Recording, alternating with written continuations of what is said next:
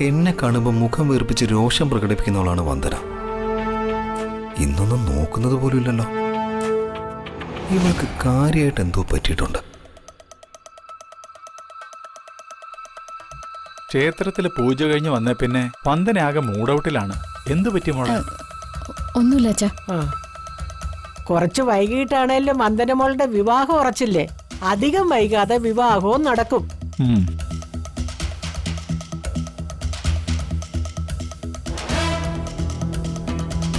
ഗൗതം വന്ദനയുടെ കഴുത്ത് താലി കെട്ടിക്കഴിഞ്ഞാ പിന്നെ അവക്ക് ഈ വീട് വിട്ടു പോകേണ്ടി വരില്ലേ? നമ്മളെയൊക്കെ പിരിയുന്ന കാര്യം അവളെ അലട്ടിക്കൊണ്ടിരിക്കുന്നത്. അതിന്റെ മൂഡ് ഓഫാ അല്ലേ മോളെ?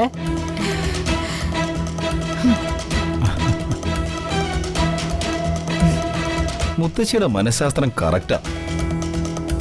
ചേച്ചിയെ പോലട്ടുന്ന പ്രശ്നം താലിയ.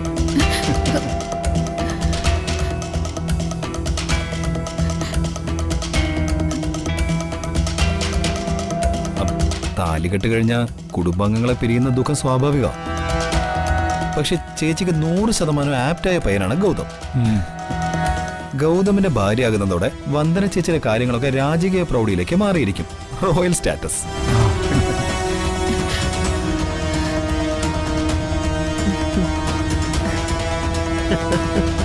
ഏത് കാര്യവും പെട്ടെന്ന് ഗ്രഹിച്ചെടുക്കാനുള്ള ഒരു പ്രത്യേക കഴിവ് വന്ദനേച്ചിക്കുണ്ട്. പത്രപ്രവർത്തകനായ ഗൗതമിന്റെ ഭാര്യ ആവുന്നതോടെ ചേച്ചി ഒരു ജേർണലിസ്റ്റായി മാറിയിരിക്കും.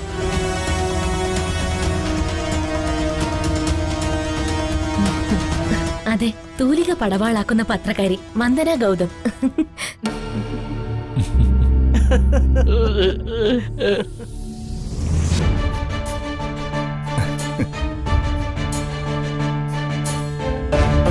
ഇക്കാര്യത്തിലെ അളിയന്മാർക്ക് അഭിപ്രായമൊന്നുമില്ലേ? വന്ദനയുടെ വിവാഹകാരിയാണല്ലോ ചർച്ചാ വിഷയം. താലി കെട്ടിക്കഴിഞ്ഞതിന് ശേഷം മാത്രമേ ഞാൻ അഭിപ്രായം പറയുന്നുള്ളൂ.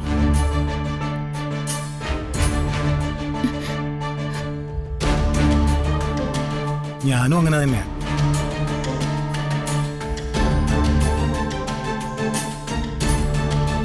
മുൻകാല അനുഭവങ്ങൾ വെച്ച് നോക്കുമ്പോ വന്ദനേച്ചിയുടെ താലികെട്ട് എന്ന കടമ്പ കടന്നതിന് ശേഷം അഭിപ്രായം പറയുന്നതായിരിക്കും നല്ലത്.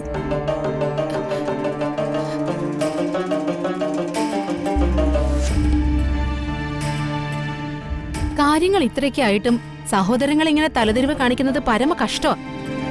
അത് പറയാതിരിക്കാൻ വയ്യ. ഭക്ഷണം കഴിക്കാനും സമ്മതിക്കില്ലേ?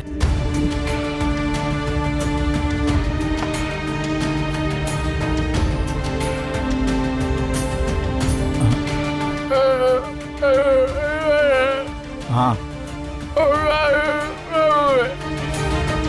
നടക്കും മോനെ. വന്ദനയുടെ വിവാഹം മംഗളമായി തന്നെ നടക്കും. ഈ ഊരാക്കുടിക്കിൽ നിന്നും എന്നെ രക്ഷിക്കാൻ ജഗന് മാത്രമേ കഴിയുള്ളൂ. ജഗനെ ഒന്ന് കാണണം, എത്രയും വേഗം. മാനത്തെ കൊട്ടാരം